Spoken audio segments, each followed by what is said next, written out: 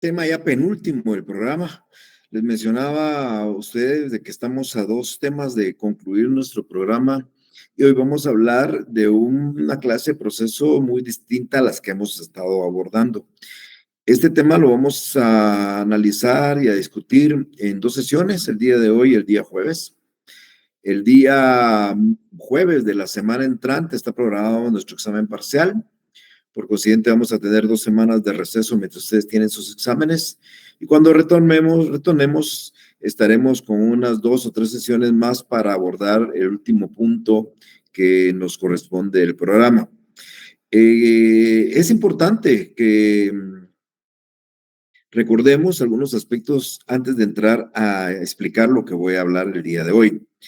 En primer lugar, cuando nosotros explicamos en su oportunidad hace, diría yo, varios meses, los procesos atendiendo a su estructura, explicamos que habían procesos contenciosos y procesos no contenciosos.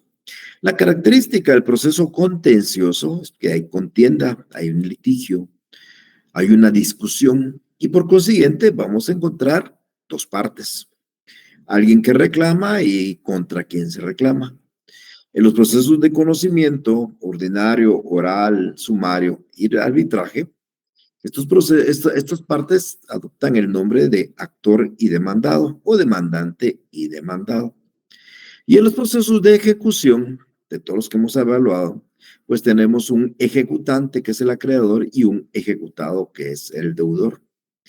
De tal manera que estos procesos, tanto los del libro segundo, juicios de conocimiento, como los del libro tercero, procesos de ejecución, son procesos contenciosos. Existe una litis, una controversia, una discusión entre 2 partes. Hoy vamos a abordar, como les decía, los procesos que están regulados a partir del libro cuarto del Código Procesal Civil y Mercantil y están titulados como procesos especiales. La característica de estos procesos especiales es que no existe contienda entre las partes. Por consiguiente, de una vez les adelanto, no hay litis, no hay litigio y por ende no hay partes contendientes, no hay partes en general. Entonces, nosotros aquí no vamos a hablar de un actor, de un demandado o un ejecutante o un ejecutado, sino simplemente de un solicitante o solicitantes. Entonces, vamos a encontrar en ese libro cuarto, como les mencionaba, estos procesos que tienen la característica que no tienen litigio, no hay controversia, no existe discusión, y esto los diferencia de los del libro segundo, procesos de conocimiento, y los del libro tercero, procesos de ejecución.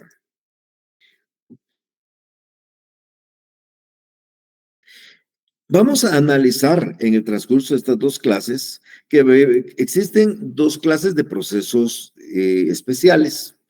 Vamos a hablar el día de hoy en parte de lo que es la jurisdicción voluntaria y por el otro lado, casi al terminar el próximo jueves, vamos a estar hablando del proceso sucesorio.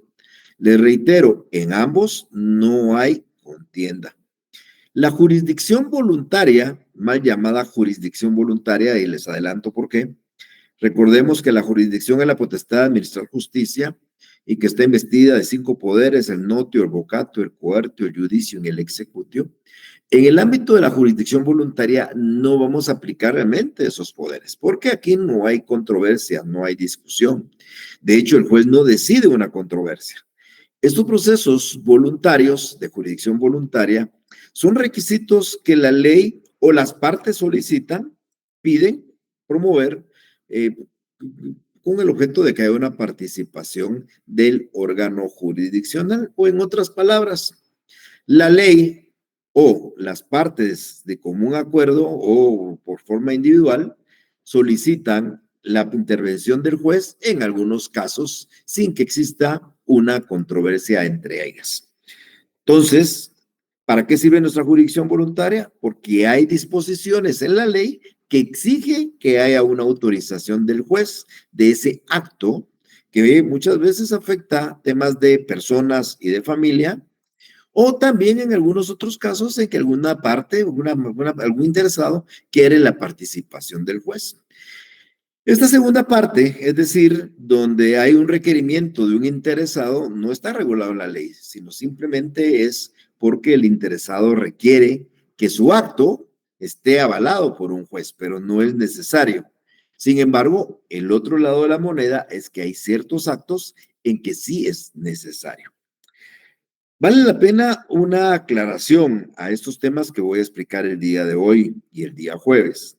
Miren, el tema de la jurisdicción voluntaria aparece, reitero, como una necesidad de que el juez participe en ciertos actos importantísimos, normalmente relativos a la persona, a su personalidad y a la familia. Vamos a hablar en un momento de cuáles son, de hecho los voy a estar explicando.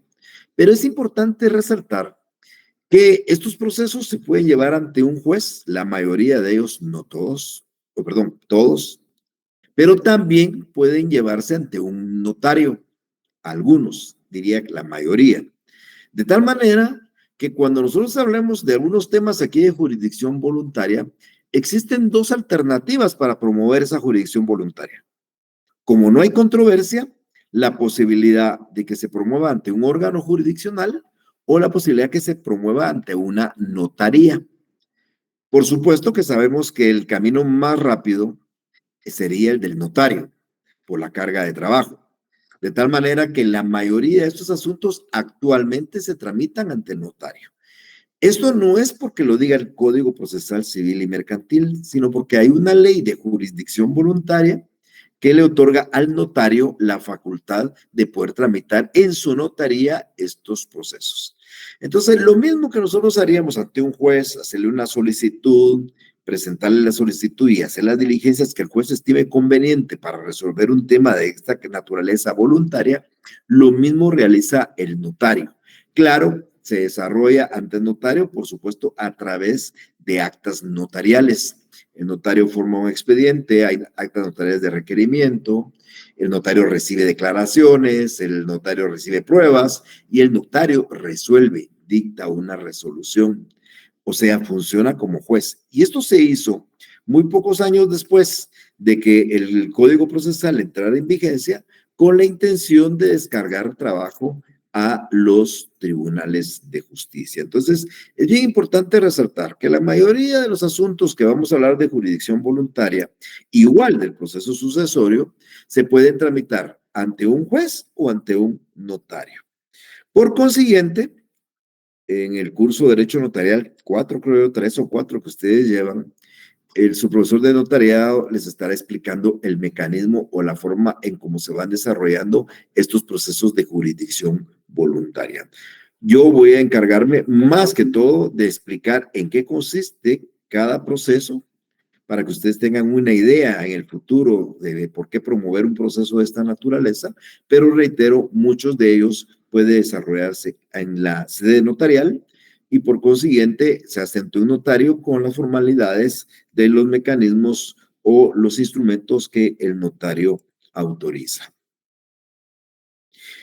También es bien importante establecer que pueden existir oposiciones a la jurisdicción voluntaria. Es decir, puede haber alguien que no esté de acuerdo con ese trámite voluntario que se esté desarrollando y se oponga a esa jurisdicción voluntaria. Cuando existe oposición a un proceso de jurisdicción voluntaria, entonces el asunto se convierte en contencioso y deberá de tramitarse por la vía contenciosa.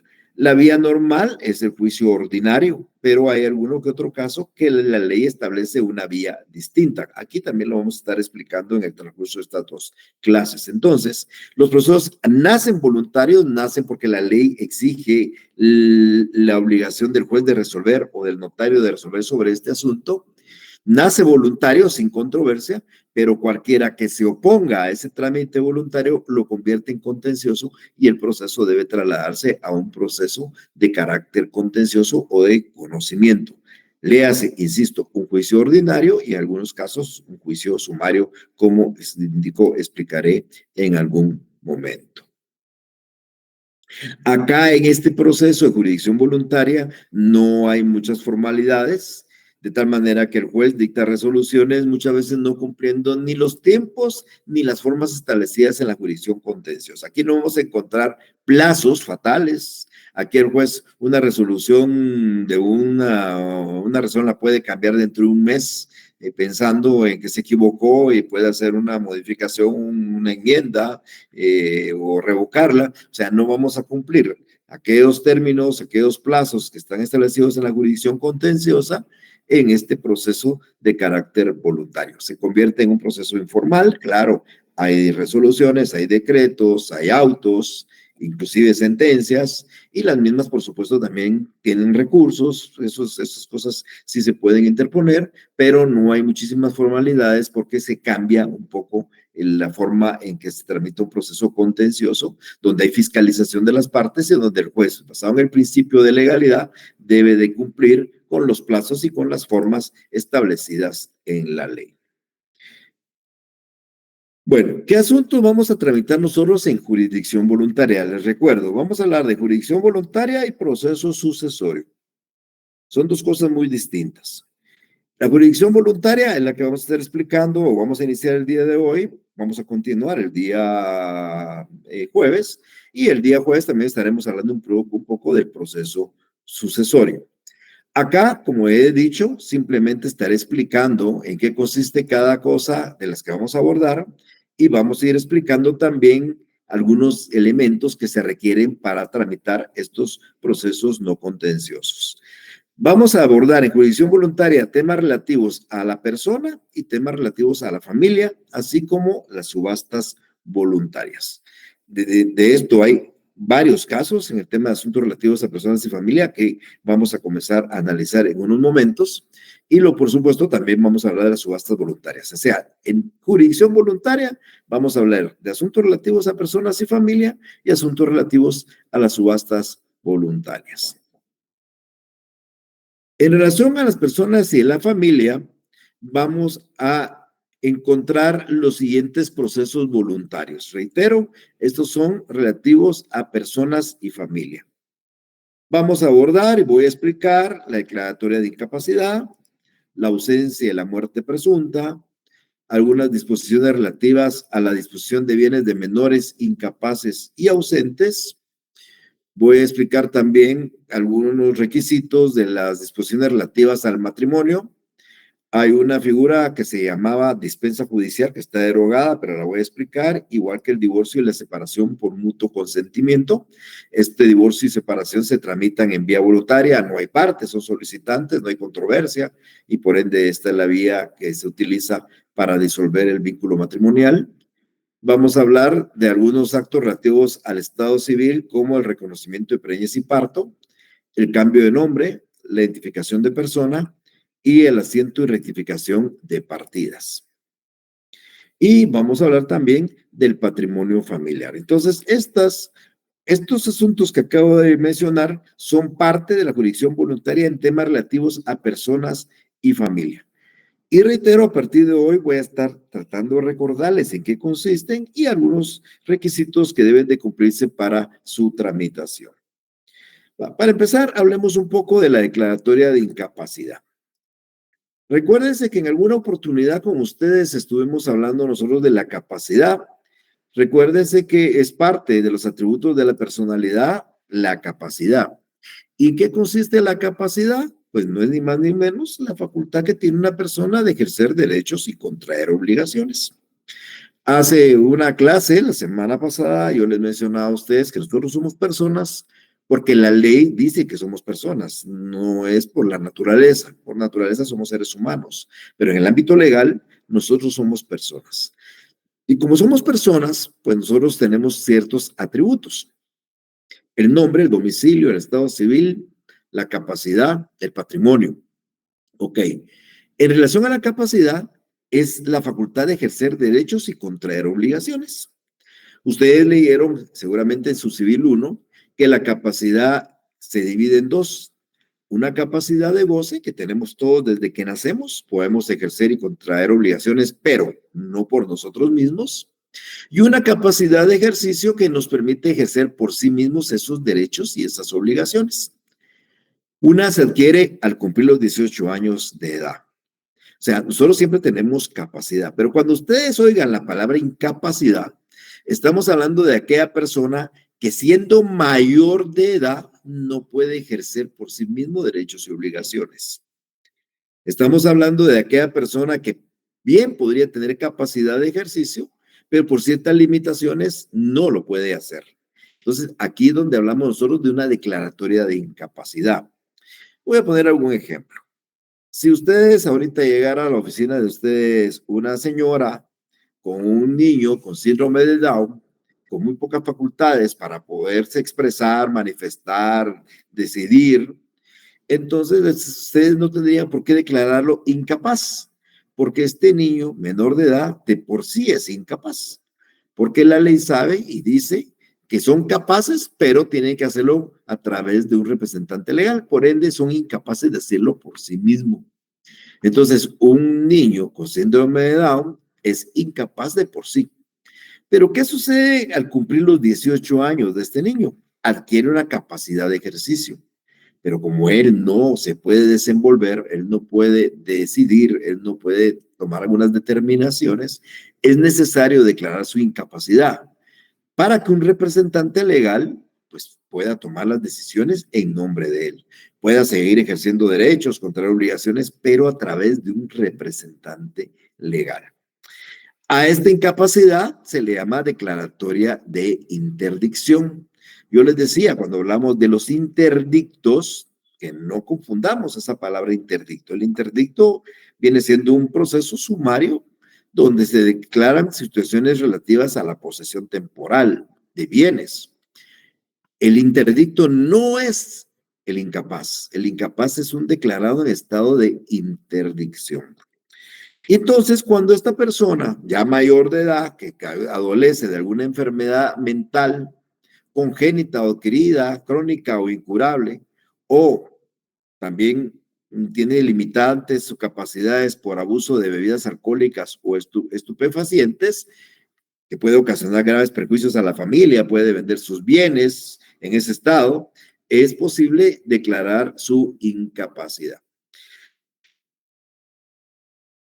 Por supuesto que también ustedes recordarán que el Código Civil habla de que la incapacidad no solo procede por cuestiones de enfermedad o de abuso de sustancias alcohólicas o estupefacientes, también es incapaz el sordo mudo, congénito y grave, que no se puede dar a entender de manera suficiente y satisfactoria, y también el ciego, congénito o adquirida la ceguez, sí, también no puede valerse por sí mismo. Entonces, causas para declarar la incapacidad, reitero, cualquier persona mayor de edad va a ser una enfermedad, el abuso de alcohol, estupefacientes, una sordomudez complicada que no le permita darse a entender, o una ceguera que tampoco le permita valerse por sí mismo. Entonces, en estos casos es factible promover en la vía voluntaria una declaratoria de incapacidad. ¿Quiénes pueden solicitar esta declaratoria de incapacidad? Cualquier persona que tenga interés, cualquiera, puede ser los padres, puede ser los tíos, puede ser cualquier persona que tenga interés en que la persona se declare incapaz, o por supuesto la Procuraduría General de la Nación, que representa a incapaces que no se encuentran bajo la patria o tu potestad o tutela. Estos son algunos documentos que nosotros debemos de acompañar al juez o al notario en su caso para poder reclamar y hacer una solicitud de incapacidad. En primer lugar, debemos de justificar la enfermedad a través de declaraciones. Aquí se da una sección muy importante que alguna vez mencioné cuando hablé del reconocimiento judicial el semestre anterior. Se recuerda que el reconocimiento judicial recae sobre lugares y cosas, pero también sobre personas. Bueno, aquí hay un ejemplo típico de un reconocimiento judicial sobre personas porque el juez puede o debe hacer un examen, un reconocimiento sobre la persona. El juez debe de entrevistar a la persona incapaz. El juez debe constatar por sí mismo que efectivamente la persona tiene limitaciones que impiden poder él mismo ejercer derechos y contraer obligaciones. También va a ordenar el juez que se practique un examen médico por expertos nombrados por el juez y por el solicitante. La idea es que el juez quede claramente satisfecho en que la persona por su enfermedad, que insisto, puede ser permanente o puede ser temporal, no pueda en ese momento manifestar y expresarse, y por consiguiente es necesario que ahí tenga un representante legal que le dirija en la administración de sus bienes y en su propio cuidado. Entonces, esa es la idea de declarar a una persona en estado de incapacidad para que no cometa un error al momento de ejercer derechos y contraer obligaciones por esa limitación mental que tiene. Y una vez se declara la incapacidad, pues lógicamente habrá el nombramiento de un representante legal. Cuando está en trámite el proceso de declaratoria de incapacidad, el juez tiene la facultad de nombrar un tutor específico para que le defienda al incapaz. O sea, es factible mientras se tramita el proceso hacerlo. Es importante también tener presente que la Procuraduría General de la Nación es un ente que siempre debe ser tomado en cuenta, debe ser notificado y debe darse la audiencia en todos aquellos procesos donde hayan menores o incapaces. Entonces, antes de resolver el juez sobre la declaratoria de incapacidad, remite el expediente a la Procuraduría General de la Nación para que ellos emitan una opinión y estimen si efectivamente se cumplió con todos los requisitos para declarar la incapacidad. Si se declara con lugar la incapacidad, entonces el juez debe designar la persona que se va a encargar del incapaz. Normalmente están los padres, serán los padres, si no se designará un tutor y por supuesto este se encargará no solo de representar al incapaz, sino también de administrar sus bienes y de cuidarlos. Esta declaratoria de incapacidad debe notificarse o publicarse en el diario oficial, deberá publicarse por el diario oficial y si es necesario, pues anotarse en el registro de la propiedad, en algunos bienes propiedad del incapaz, para que se sepa, pues que la persona titular de la propiedad es incapaz y por ende no podría actuar por sí mismo. Por supuesto, también se hará constar en los registros civiles, en su partida de nacimiento, su limitación a poder ejercer por sí mismo derechos y obligaciones. Hay oposición, pudiera haber una oposición en contra de esta declaratoria de incapacidad y en este caso la ley dice que debe tramitarse por la vía de juicio ordinario, como mencionaba hace unos minutos. Existe la posibilidad de oponerse a un proceso de esta naturaleza y por ende el proceso se convierte en contencioso y este caso de una oposición a la declaratoria de incapacidad se va a tramitar en juicio ordinario. Entonces, mis estimados amigos, cuando ustedes tengan un caso, voy a contarles un caso real. Este caso era muy interesante porque mi clienta pues era madre de una muchacha que tenía 20 años de edad. Ella padecía de síndrome de Down, pero era una enfermedad, diría yo, bastante, eh, era una enfermedad muy compleja en el sentido de que la persona, porque yo conozco personas con síndrome de Down, te pueden dar a entender, se manifiestan, inclusive los he visto trabajar, ¿verdad? Estoy poniendo ese ejemplo, el síndrome de Down, que es el que les puedo dar como una referencia. La jovencita de 20 años parecía una niña de 3 años. Ella apenas escuchaba, apenas veía, no hablaba y por consiguiente tenía limitaciones. Pero ella tenía 20 años. Y lo interesante era que el padre no le daba alimentos. Nosotros tenemos que seguir un juicio de alimentos. Entonces, si seguimos un juicio de alimentos presentándola a ella, imagínense ustedes cómo podríamos hacer para que ella comparezca frente al juez a prestar una declaración de parto y estar presente en una audiencia. Era imposible, ¿verdad? Eh, no puede otorgar un mandato porque no habría un notario que diga que la está viendo enfrente y que ella declara su última voluntad. Entonces aquí típicamente hay que declarar la incapacidad y se procedió a declarar la incapacidad. El trámite se hizo notarial, se presentó, como mencionaba, de esta manera, se declaró la incapacidad, se le nombró un tutor y ha nombrado un tutor, ese tutor representó a la menor en un juicio de alimentos. Ya el tutor actuó como representante de la menor en ejercicio de la tutela por ser incapaz. Entonces, estos son los asuntos en los cuales, si es necesario declarar la incapacidad, lo vamos a hacer, pero por la vía voluntaria. De haber oposición, el proceso se convierte en contencioso y nos trasladamos a la vía ordinaria. Bueno, otro de los atributos de la personalidad es el domicilio.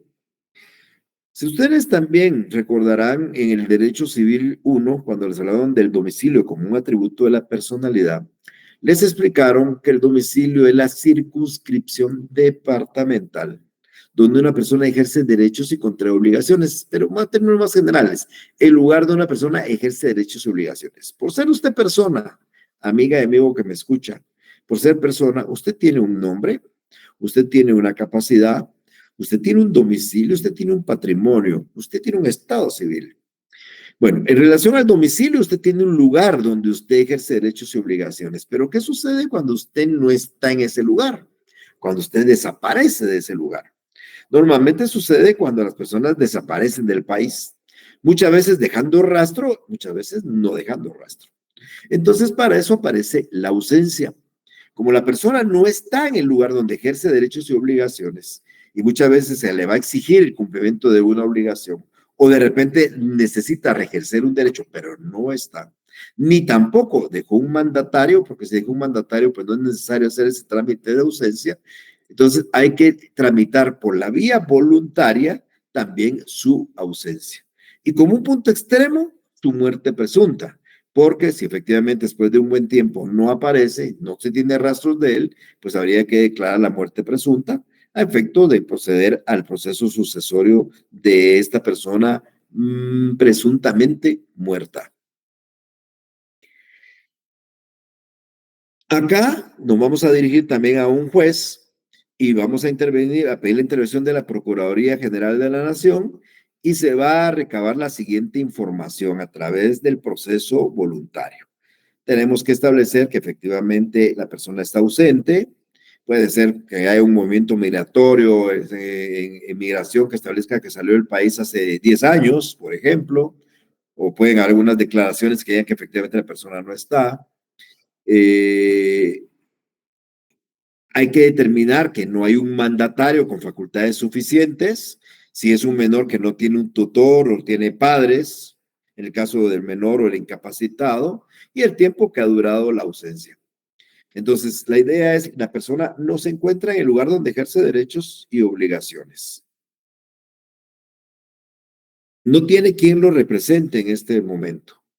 Y por consiguiente, para que ejerza derechos o para que adquiera obligaciones, el ausente es necesario que tenga un representante legal. Y ese es el objetivo de la ausencia, nombrarle un representante legal. En el caso de la ausencia no se llama mandatario. En el caso de la ausencia se denomina defensor judicial. Y este lo que tiene es la facultad de representar al presente ausente y, por supuesto, poderlo ejercer su representación tanto en juicio como fuera de él. Si yo tuviera que dirigirles a ustedes en este momento una pregunta, y puede ser una pregunta de privado, ustedes me lo han preguntado muchas veces, ¿qué sucedería si en un juicio ordinario, oral, sumario o en una ejecución, ustedes supieran que la persona del demandado o ejecutado, pues no está en Guatemala, se encuentra en los Estados Unidos, se fue hace 10 años y vive allá en los Estados Unidos? El mecanismo para notificarle a una persona en otro país es a través de un suplicatorio que conlleva un trámite infinito, con un montón de inconvenientes, para que tal vez dentro de 3 o 4 años le puedan estar notificando a esta persona, si es que ustedes lo ubican en otro país y saben la dirección en otro país, le pueden estar notificando la demanda.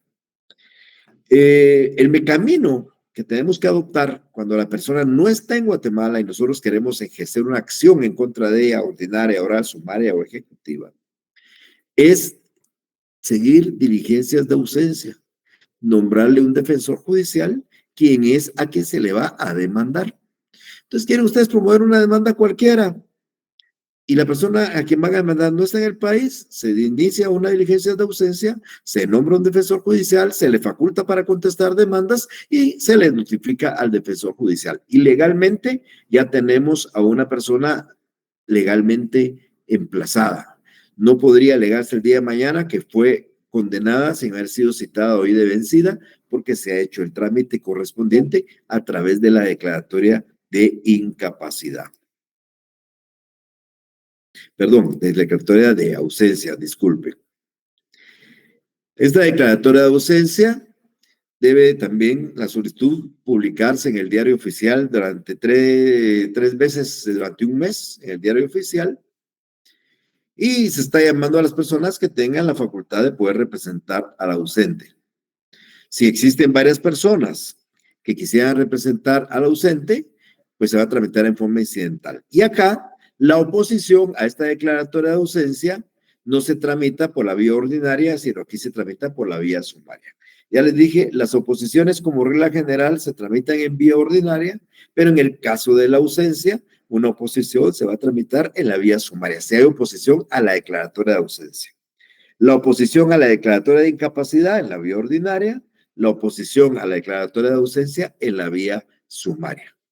Estamos reiterando que hay oposición y por ende se está convirtiendo el proceso en un proceso contencioso.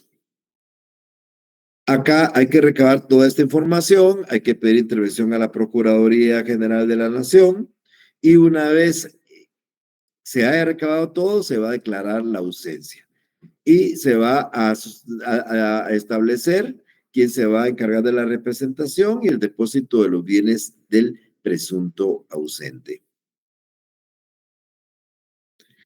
Antes de esto, es bien importante resaltar, aquí no lo estoy tocando y no lo tengo entre las, pero es posible que después de la ausencia, que el objetivo de la ausencia es el nombramiento de un defensor, pues se continúa con la ausencia y si la ausencia hubiera sido calificada, ustedes recordarán de la ausencia calificada, aquellos que desaparecen en un terremoto, aquellos que desaparecen en un naufragio, aquellos que desaparecen en una guerra.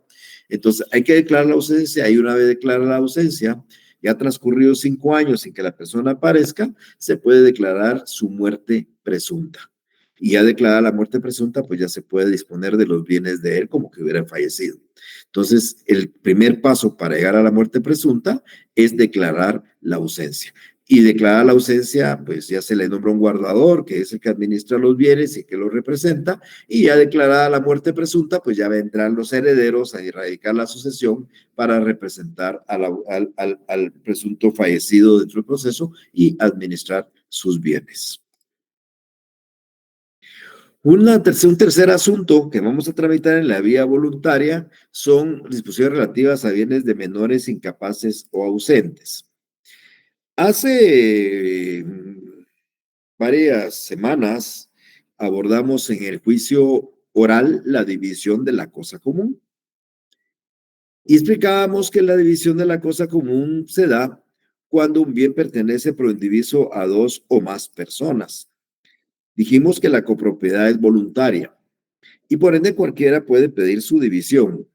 Expliqué que la división puede hacerse en forma extrajudicial, si hay acuerdo de todas las partes, pero va a ser en forma judicial cuando no hay acuerdo o cuando entre los copropietarios sea un ausente, un menor o un incapaz, o también el Estado. ¿Qué sucede? Miren, los menores, los incapaces y los ausentes actúan a través de una representación. ¿Quién es el representante legal de un menor? Sus padres, en ejercicio de la patria potestad. Y en caso de que no hayan padres, pues los tutores y protutores. ¿Quién es el representante legal de un incapaz? O sea, un mayor de edad declarado en estado de incapacidad. También los padres en ejercicio de la patria potestad. Y si no hay padres, pues entonces los tutores y protutores. ¿Y quién es el representante legal de un ausente? Pues son los defensores judiciales, como acabo de explicar hace unos segundos. Pero ellos, los padres, los tutores, el defensor judicial, pueden administrar los bienes de los menores ausentes e incapaces, pero no pueden disponer de ellos. Es decir, mi papá, siendo yo menor de edad, dueño yo de una casa, puede administrar la casa, puede cobrar rentas, pero no puede enajenar, no puede hipotecar, no puede ceder la casa, porque es un bien de un menor. Y lo mismo le va a pasar de un incapaz y lo mismo va a suceder de un ausente. Entonces, lo que la ley exige es que para que un representante, padres, tutores, guardadores, puedan disponer de un bien de un menor de edad, de un ausente o un incapaz, es necesario que el juez declare que hay necesidad y utilidad en el gravamen o la enajenación del bien. Entonces, esto se va a solicitar, eh, ante un juez. Es importante también resaltar que los tutores y protutores, cuando los menores o los ausentes no tienen representación, pues hay que hacer la solicitud para el nombramiento de este tutor, protutor o guardador. Aquí de la tutela, les voy a recordar lo siguiente. La tutela es una figura idéntica a la patria potestad, sustituta de la patria potestad, donde una persona llamada tutor ejerce la representación de un menor o incapaz, la administración de sus bienes y su cuidado.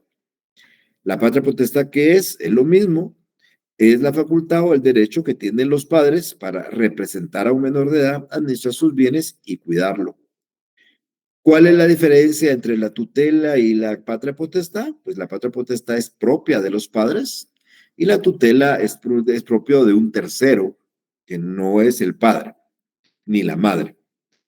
Este tercero puede ser un pariente, puede ser una persona no pariente. Y acá les traigo a colación y les recuerdo que el Código Civil establece que hay distintas clases de tutela, pero las tutelas más importantes son, y en su orden, la tutela testamentaria, la tutela legítima y la tutela judicial. Hay también tutela legal, hay tutela específica, hay tutela especial, pero las más importantes, y ustedes deben de recordar bien, es la tutela testamentaria, la tutela legítima y la tutela judicial. La tutela testamentaria es la tutela que consta en el testamento, cuyos padres o padre otorga la tutela a una persona en el testamento. O sea, el padre antes de morir, sabiendo que tiene a un hijo menor de edad o a un hijo mayor de edad incapacitado, designa un tutor en el testamento para que sea esta persona quien se encargue de representar a su hijo menor o incapacitado, administrar sus bienes y cuidarlo. Esta es la principal tutela porque es la que toma en cuenta el juez. A la falta de padres, si hay un tutor testamentario, pues él comparece ante el juez para que le discierna el cargo. Pero ¿qué sucede si no hay en el testamento, no hay testamento o el testamento que hay no hay nombramiento de un tutor? Entonces aparece la tutela legítima. Y ustedes también recordarán que la tutela legítima le corresponde a los parientes del pupilo, así se llama la persona sobre quien se ejerce una tutela. Y estos parientes del pupilo son, en su orden, los abuelos y los hermanos. Cuando el menor es hijo de una pareja casada, en primer lugar ejerce la tutela el abuelo paterno. Si no hay abuelo paterno, el abuelo materno, si no la abuela paterna, si no la abuela materna, y si no los hermanos, empezando el de mayor edad.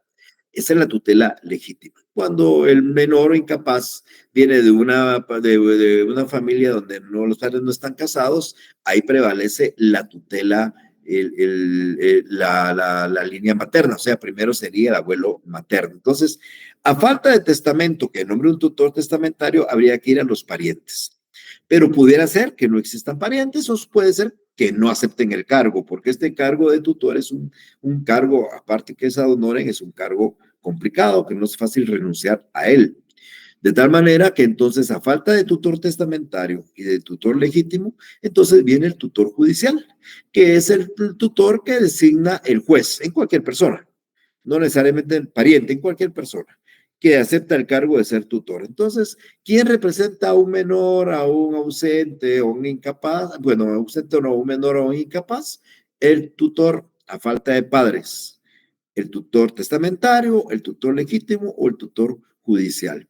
Pero hay que solicitarle al juez el discernimiento del cargo para poder tener la representación de ese menor. Y aquí nos vamos a la disposición y gravamen de bienes de menores. Es legalmente imposible que un representante de un menor o de un incapaz o de un ausente pueda enajenar o gravar bienes de menor incapaz ausente sin la presencia y la autorización de un juez.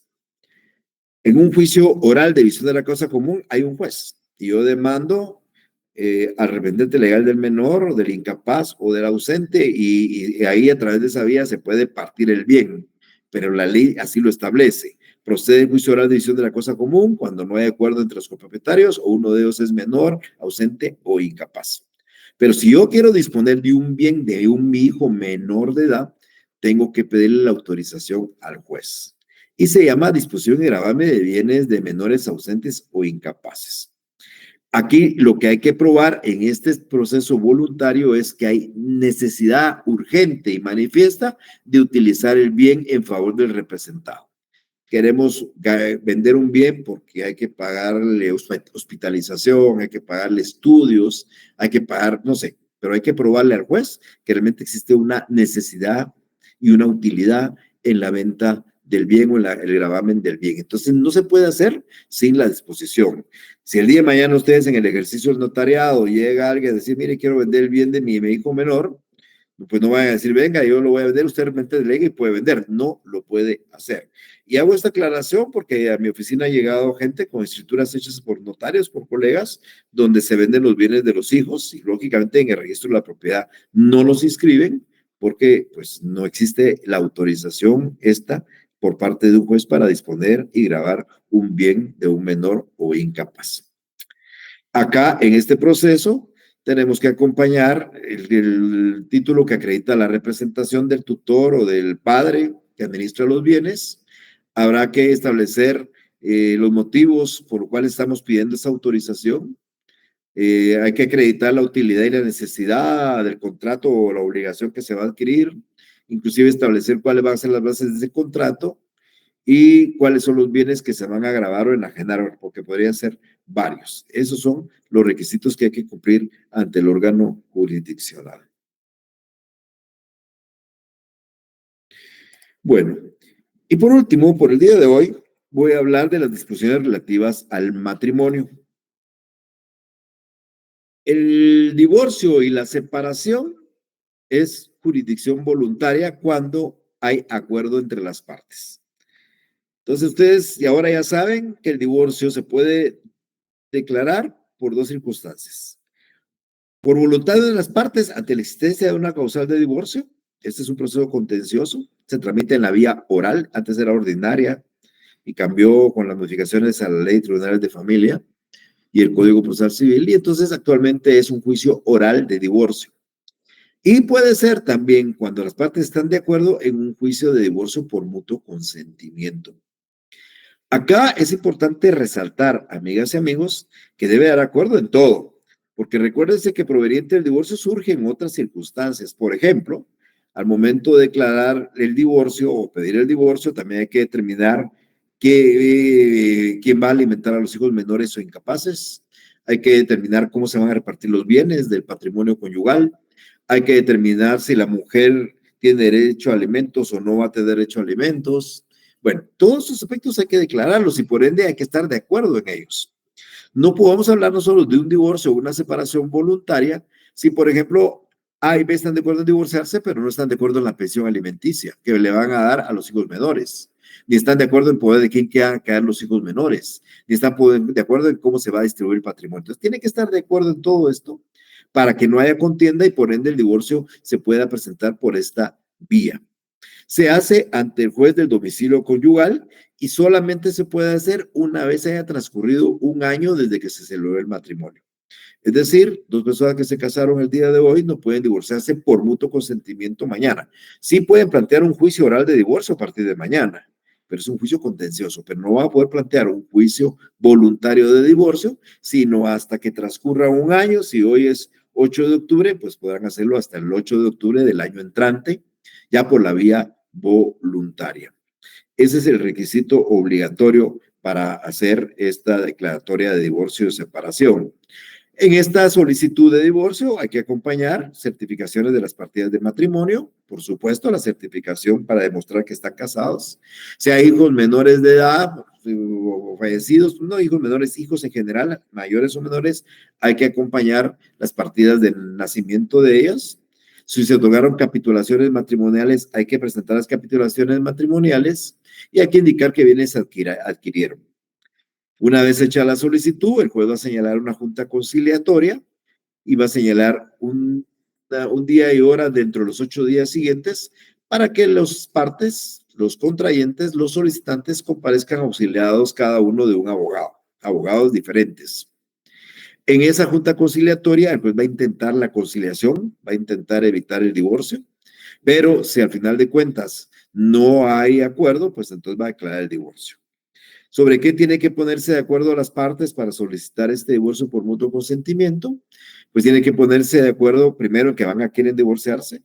Segundo, a quién quedan confiados los hijos menores incapaces, quién se va a encargar, si es el padre o la madre, quién los va a alimentar y en qué monto los va a alimentar, qué pensión le va a pagar el marido a la mujer si esta no tiene rentas propias y constituir una garantía para, valga la redundancia, garantizar el cumplimiento de estas obligaciones. Esto es el camino. El juez aprobará el convenio y si está arreglado la ley y procederá a dictar la sentencia que declara el divorcio o la separación. Estoy hablando de dos figuras distintas, pero se tramitan de la misma manera, divorcio y separación. Y ahí el juez va a resolver el asunto. Este es el mecanismo para declarar el divorcio o la separación. Yo les decía que existía antes un procedimiento para pedir una autorización para que un menor de edad contrajera matrimonio. O sea, cuando un menor, hombre mayor de 16 años o una mujer mayor de 14 quería contraer matrimonio y los padres no lo autorizaban, entonces el menor podía comparecer ante un juez y solicitarle que le autorizara a casarse. Esto se denominaba despensa judicial. A partir de que ahora se establece como un delito de violación el mayor que yace con un menor, entonces no puede verse autorizarse matrimonios de menores de edad y por consiguiente ha desaparecido esta figura de la despensa judicial.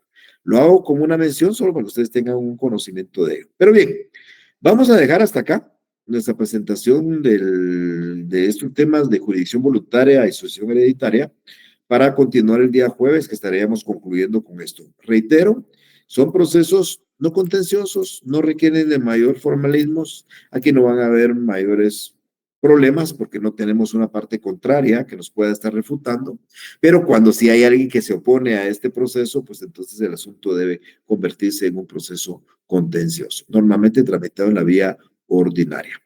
Hemos hablado de la declaratoria de incapacidad, hemos hablado de la ausencia, hemos hablado de la representación de los menores y la administración de sus bienes, y hemos hablado también de asuntos relativos al matrimonio, particularmente del divorcio y la separación. Asuntos que se tramitan en procesos no contenciosos. Bueno, ¿alguna duda, alguna pregunta que tengan ustedes? Yo les dejo a ustedes en el uso del micrófono para lo que quieran preguntar. Sí, por favor. Vi que les iba a preguntar, pero no veo aquí quién es, hombre. Sí, fui yo, licenciado. Buenas tardes.